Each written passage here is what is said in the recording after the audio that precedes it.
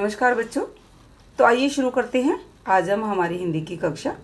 आज हम हमारी हिंदी की कक्षा में करेंगे कक्षा 9वीं में ललितदेद जो कवयित्री है उनका जीवन परिचय। कक्षा 9वीं में ललितदेद के वाक दिए गए हैं हमारे पाठ्यक्रम में, तो उससे पहले हम करेंगे ललितदेद का जीवन परिचय। ललितदेद कश्मीरी भाषा की संत कवयित्री थी, तो आइए शुरू करते हैं उनका जीवन परिचय।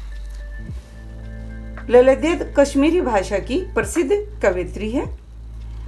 कश्मीरी संत कवियों में इनका नाम बड़े आदर से लिया जाता है। ये अपने समय की प्रसिद्ध संत कवयित्री थी। इनके जन्म के कोई स्पष्ट प्रमाण नहीं है, अतः उनका जन्म 1320 के आसपास कश्मीर में पंपोर के सिंपुरा गांव में माना जाता है।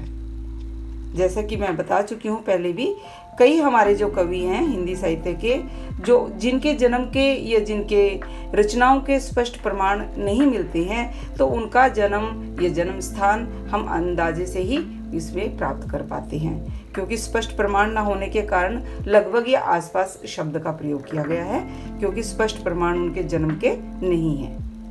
इनके जीवन के बारे में भी विद्वानों के पास कोई प्रमाणिक जानकारी नहीं है, क्योंकि देखो इनका जन्म 1320 में हुआ था। उस आधार पर साहित्य में इनके बारे में अधिक जानकारी नहीं है, तो इनके जीवन के बारे में भी जानकारी नहीं है।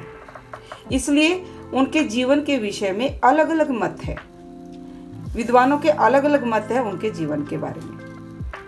ललितदेद को लला, ललेश्वरी, लल योगेश्वरी या ललारिका नामों से भी जाना जाता है। ऐसा माना जाता है कि लगभग 1391 के आसपास इनकी मृत्यु हुई थी। तो ललितदेद जो हमारी कश्मीरी भाषा की कवयित्री है, मैं आपको बताना चाहूंगी, क्योंकि इनके जन्म के भी स्पष्ट प्रमाण नहीं है, तो 1320 के आसपास इनका जन्म माना जाता है, और इनके जीवन के बारे में भी विद्वानों के पास कोई प्रमाणिक जानकारी नहीं है, तो उनके जीवन के बारे में भी हमें ज़्यादा जानकारी नहीं प्राप्त होती है साहित्य से, और ना ही उनकी मृत्यु का भी कोई स्पष्ट प्रमाण है। इसलिए लगभग 1391 के आसपास इनकी मृत्यु मानी गई है। तो करते हैं अब इनकी प्रमुख रचनाएं। ललित की प्रमुख रचनाएं हैं, इन्होंने अपने लगभग जो काव्य किया है वो वाकों के लिए प्रसिद्ध है। इन्होंने काव्य शैली में ही अपना जो लेखन किया है वो काव्य शैली में ही किया है। काव्य शैली को, इनकी जो काव्य शैली है उसको वाक कहा जाता है। जिस प्रकार हिंदी भाषा में कबीर के दोहे, मीरा के पद, तुलसीदास की चौपाई, विरस खान के सवैये प्रसिद्ध हैं, उसी प्रकार कश्मीरी भाषा में ललितदेद के वाक प्रसिद्ध है।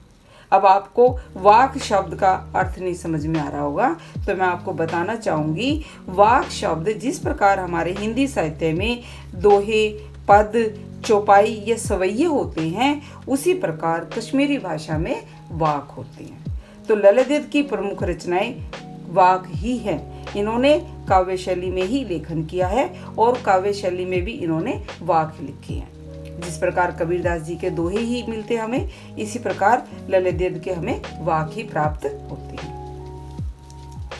काव्यगत विशेषताएं में हम बताएंगे, जो ललितदेद का अधिकांश साहित्य वो काव्य रूप में ही मिलता है हमें। उन्होंने अपने वाकों में जाति धर्म के भेद का विरोध किया है। जैसे कि कबीरदास जी ने भी जाति और धर्म के आधार पे जो मतभेद है उनको खरा खोटा सुनाया है, उसी प्रकार ललितदेद ने भी जो जाति और धर्म के नाम पर भेदभाव करते हैं, पक्षपात करते हैं, उनका विरोध किया है। उन्होंने इन धार्मिक भेदभावों का विरोध करते हुए ईश्वर की भक्ति और मानव प्रेम को सर्वोच्च स्थान दिया है।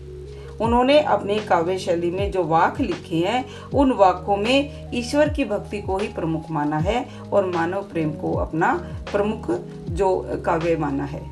उन्होंने अपने काव्य में जाति, धर्म आदि के भेदभाव से ऊपर उठ के आपस में प्रेम और ईश्वर की भक्ति को ही प्रमुख स्थान दिया है।